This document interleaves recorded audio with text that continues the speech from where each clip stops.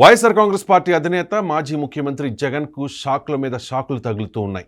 అసలే 11 స్థానాలకు పరిమితమై పార్టీ నాయకులు కొందరు వదిలేసి మరికొందరు చీకొట్టిపోతున్న దుస్థితిలో ఉన్న జగన్కు పుండు మీద కారణంగా తయారయ్యారు అసెంబ్లీ డిప్యూటీ స్పీకర్ రఘురామకృష్ణంరాజు. ఢిల్లీలో రఘురామ జగన్పై చేసిన వ్యాఖ్యలు ఏపీ రాజకీయాల్లో సంచలనంగా మారాయి. అసలే సీఎం పదవి పోయి మాజీ అని అనిపించుకోలేక సతమతమవుతోన్న జగన్కు ఉన్న ఎమ్మెల్యే పదవి కూడా పోతుందని, త్వరలో పులివెందులకు ఉప ఎన్నిక తప్పదనే వ్యాఖ్యలు చేశారు రఘురామకృష్ణంరాజు. మాజీ సీఎం జగన్ అంటే డిప్యూటీ స్పీకర్ రఘురామకృష్ణంరాజుకు అభిమానం ఎక్కువేనని వెటకారంగా కామెంట్ చేస్తూ ఉన్నారు కూటమి నేతలు. అందుకేనేమో ఢిల్లీలో పర్యటించిన డిప్యూటీ స్పీకర్ తనదైన శైలిలో జగన్కు పలు సూచనలు జారీ చేశారు. చురకలు కూడా అందించారు. లోకేష్, పవన్, చంద్రబాబులు వదిలేసిన రఘురామ మాత్రం జగన్ను వదిలేదే లే అంటూ ఉన్నారు. అధికారంలో ఉండగా పార్లమెంట్ సభ్యుడన్న కనికరం కూడా లేకుండా రఘురామకు జగన్ అండ్ కో చూపించిన ట్రీట్మెంట్ అలాంటిది. మరి ఇక పాయింట్కి వద్దాం.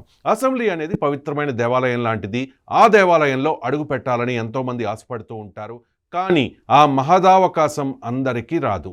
కానీ అలా వచ్చిన అవకాశాన్ని ఏవో కబుర్లు చెప్పి జగన్ వదిలేసుకుంటూ ఉన్నారు. తనతో పాటు గెలిచిన మిగిలిన 10 మంది ఎమ్మెల్యేలను కూడా అసెంబ్లీకి వెళ్ళొద్దని తేల్చి చెప్పేశారు.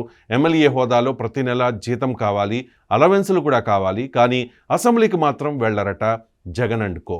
కారణం ఏంటి అని అడిగితే మాత్రం మాకు మైక్ ఇవ్వరు, మాకు ప్రతిపక్ష హోదా ఇవ్వడం లేదు అని చిన్న పిల్లాడిలా మాట్లాడడాన్ని చూసి కూటమి నేతలే కాదు, ఆ 11 నియోజకవర్గాల్లో వైఎస్ఆర్ కాంగ్రెస్ పార్టీని గెలిపించిన ప్రజలు కూడా ముక్కున వేలేసుకుంటూ ఉన్నారు.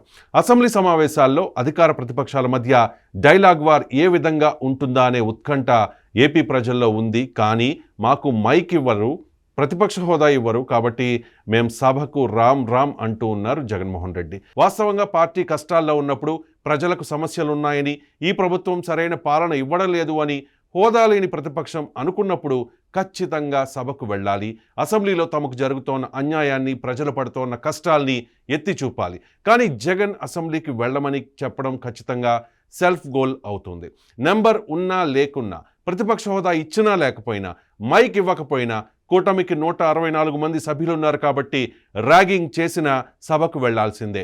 అలా వెళ్ళకపోతే రాజకీయంగా వెనకడుగు వేసినట్టే, అస్త్ర సన్యాసం చేసేసినట్టే. ఇప్పటికే వైఎస్ఆర్ కాంగ్రెస్ పార్టీ నేతలు ఒక్కొక్కరుగా జగన్ను చీకొట్టి ఆ పార్టీని వీడి వెళ్ళిపోతూ ఉన్నారు. జగన్ బంధువైన బాలనేని ఇప్పటికే ఆ పార్టీని వీడారు. సామినేని ఉదయభాను, కిలారు వెంకటరోసయ్య, ఆళ్ల నాని వైఎస్ఆర్ కాంగ్రెస్ పార్టీకి రాజీనామా చేశారు. ధర్మాన, తమ్మినేని లాంటి సీనియర్లు అంటి ముట్టనట్లుగా ఉంటూ ఉన్నారు. త్వరలో మరికొంతమంది సీనియర్లు, కొందరు ఎమ్మెల్యేలు జగన్ని చీకొట్టి వైఎస్ఆర్ కాంగ్రెస్ పార్టీని వీడనున్నారనే టాక్ వినిపిస్తోంది. చివరికి వైఎస్ఆర్ కాంగ్రెస్ పార్టీలో నెంబర్ 2 అయిన విజయసాయి కూడా వ్యవసాయం చేసుకుంటా అంటూ జగన్కు దూరం అయిపోయారు. కూటమి పార్టీలు గేట్స్ ఓపెన్ చేస్తే మాత్రం వైఎస్ఆర్ కాంగ్రెస్ పార్టీలో ఒక 4 తప్ప మిగిలిన వాళ్ళు వెళ్ళిపోవడం ఖాయం. అధికారంలో లేరు కాబట్టి వైసీపీని వీడడం కాదు, తమ అధినేతకు పోరాట పటిమ లేదు కాబట్టి, అధికారం లేకపోతే జగన్ తట్టుకోలేడు కాబట్టి, అస్త్ర సన్యాసం చేసేశాడు కాబట్టి, తల్లి చెల్లి చీకొట్టిన ఫ్రస్ట్రేషన్లో పార్టీని ఏం చేస్తాడో తెలియని అయోమయ స్థితిలో జగన్ ఉన్నాడు కాబట్టి వైఎస్ఆర్ కాంగ్రెస్ పార్టీ నేతలు ఒక్కొక్కరుగా దుకాణం సర్దేసుకుంటూ ఉన్నారు. రాజకీయం ఏ ఒక్కరికి పూలబాట కాదు. పార్టీ కష్టాల్లో ఉన్నప్పుడే బలంగా నిలబడాలి. ప్రతిపక్షం ప్రజల పక్షం అనే నమ్మకాన్ని జనాల్లో కలిగించాలి. అసెంబ్లీ సమావేశాల్లో పాల్గొవాలి. ప్రజా సమస్యలపై ప్రభుత్వాన్ని నిలదీయాలి. అదే మగతనం.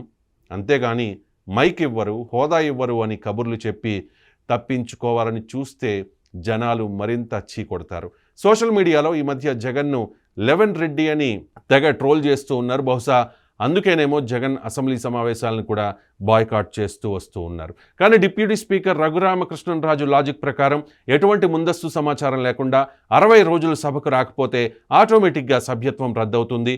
ఆ లెక్కన జగన్ ఎమ్మెల్యే పదవి పోవడం ఖాయం. త్వరలో పులివెందులకు ఉప ఎన్నిక అనివార్యం. ఇక ఇదే జరిగితే జగన్మోహన్ రెడ్డి ఏం చేస్తారు అనేదే ప్రశ్న. పోటీకి కూడా దిగకుండా కూటమి కుట్ర అంటూ ఎన్నికను బహిష్కరించి ప్రజల సానుభూతి కోసం తాపత్రయపడతారా, లేక మిగిలిన ఎమ్మెల్యేలతో కూడా రాజీనామా చేయిస్తారా అనే చర్చ జరుగుతోంది. ఎమ్మెల్యే కాకపోతే అసెంబ్లీకి పోవాల్సిన బాధ తప్పుతుంది అని కూడా అనుకోవచ్చు. ఇంతకీ రాజ్యాంగబద్ధమైన పదవితో పాటు జగన్ మీద పీకల దాకా కోపం పెంచుకున్న అయ్యన్న, రఘురామ ఎలాంటి నిర్ణయం తీసుకుంటారో చూడాలి మరి.